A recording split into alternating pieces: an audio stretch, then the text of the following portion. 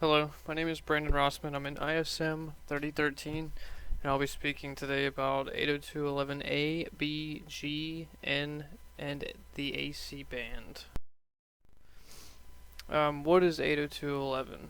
802.11 is the standard on which all Wi-Fi or wireless LAN devices operate on. Talking on that, what defines a WLAN or a Wi-Fi device? You can think of all the wireless devices in your house. You have computers, you have tablets, you have phones, you have maybe have headphones or different things like that. But only certain devices of those wireless types are included in this 802.11 standard. Some of the examples that are not covered by 802.11 are Bluetooth, bridging, and Ethernet adapters. So how does this work? 802.11 is the Wi-Fi devices inside of your house. So anything that uses an 802.11 standard in the makeup of the component. The 802.11 standard makes it to where these devices can communicate back and forth and share sets of information. If the 802.11 standard was not set, these devices would not be able to talk back and forth, and you would not be able to transfer data between them. So, in summary, the 802.11 is basically the specifications and the standards for the wireless routers and wireless adapters for computers that we have nowadays. When 802.11 was originally made, there was only one standard, the 802.11 standard. As we've grown through the generations and time periods that we've been through since 802.11 was made, we've thus branched out. We now have 802.11a, B, G, N, and AC. And each of these have different speeds, different transfer rates, they operate on different bands. Each of them have their own specifications inside of 802.11.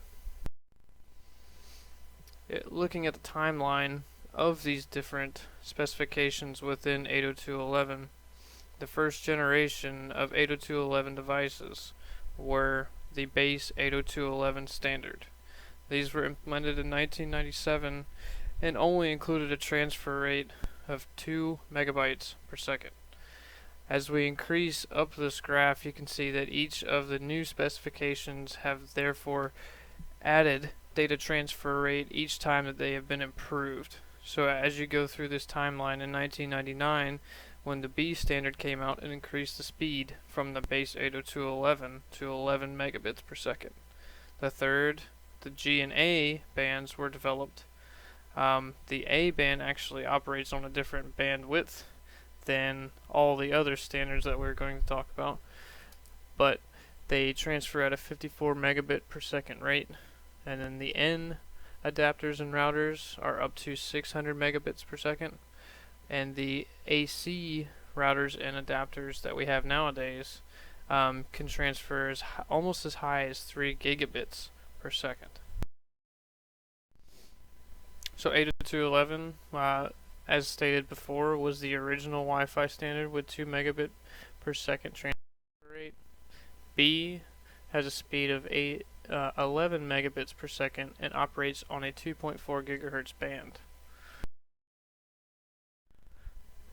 A, implemented after B, increased the data speed up to 54 megabits per second and actually operates on a different bandwidth than the previous standard.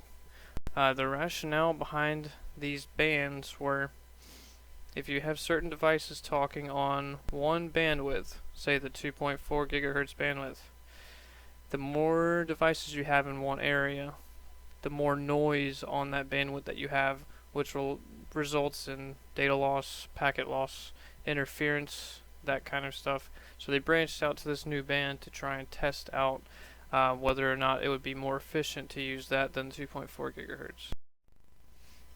G was developed at the same time or shortly after the A bandwidth was put out. It operates on the 2.4 gigahertz, the original bandwidth that we talked about, and is backwards compatible with the previous 2.4 gigahertz standard, the 802.11b. It increased the speeds on that bandwidth to 54 megabits per second. The N, 802.11n, showed the highest increase in speed between the 802.11 standards, disregarding our newer standards.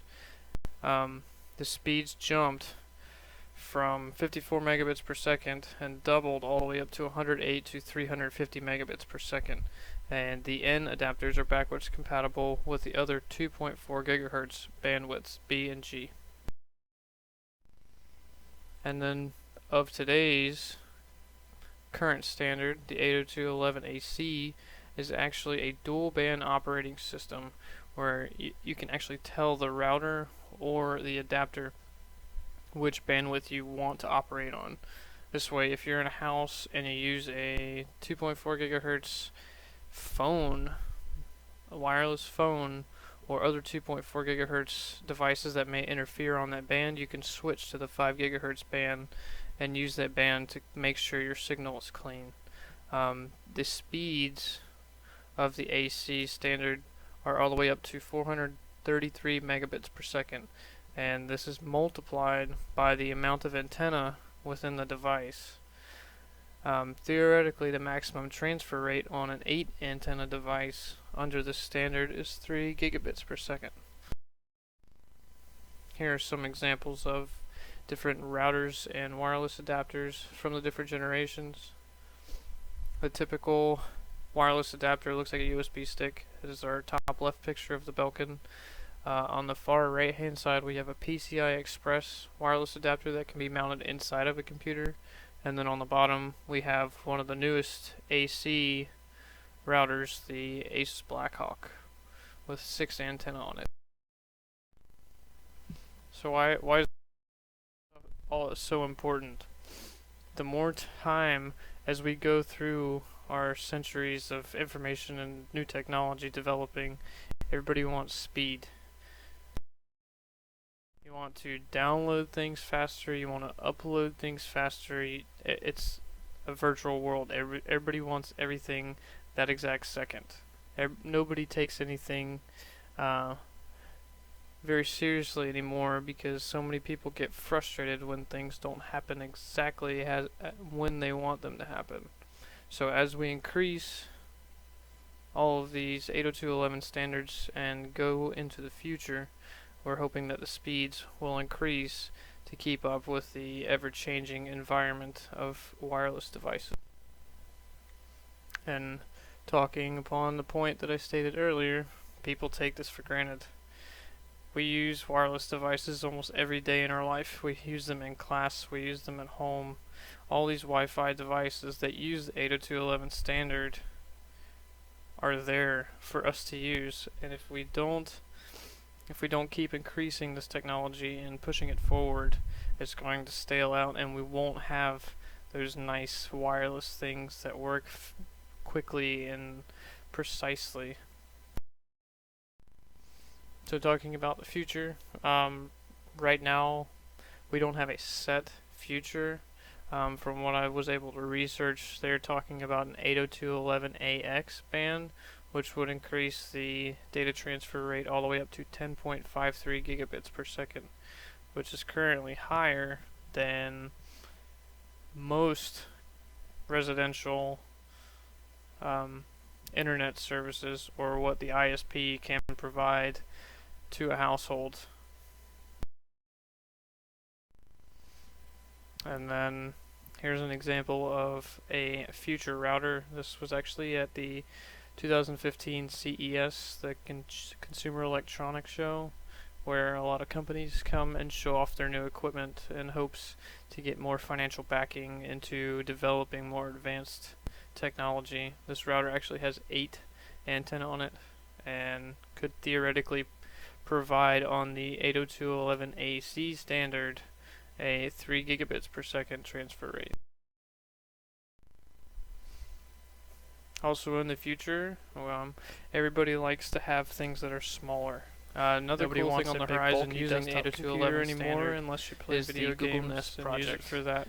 Basically, But if we look at phones, Google bought out a company called Nest and that laptops originally and things was like that. Everybody wants smaller components, home so you don't automation have to worry about them slash as much. air conditioning control So system. on the left is an example On the of left a hand side wireless was their router, original prototype you for plug this the control, where you could turn the signal dial from on the Nest modem and it into would remotely the bottom control where your the Asus logo is, air conditioning and equipment and heating essentially equipment that's that's your around router. your house. When Google Google bought it, inside mounted using an antenna, 802.11 and standard, you you can can just connect connect these go. devices, the And on speaker the on the right-hand right side and is the an air conditioning example control on of the left, a to very, your very small wireless adapter, 802.11 and AC essentially wireless play adapter. music through your house from Actually, your computer. AC Change wireless your air adapter conditioning that's controls from your smaller computer than using that 802.11 standard. So what's your opinion about all this? Are you excited for the future and what's to come with 802.11? Do you have any questions? And here are my references.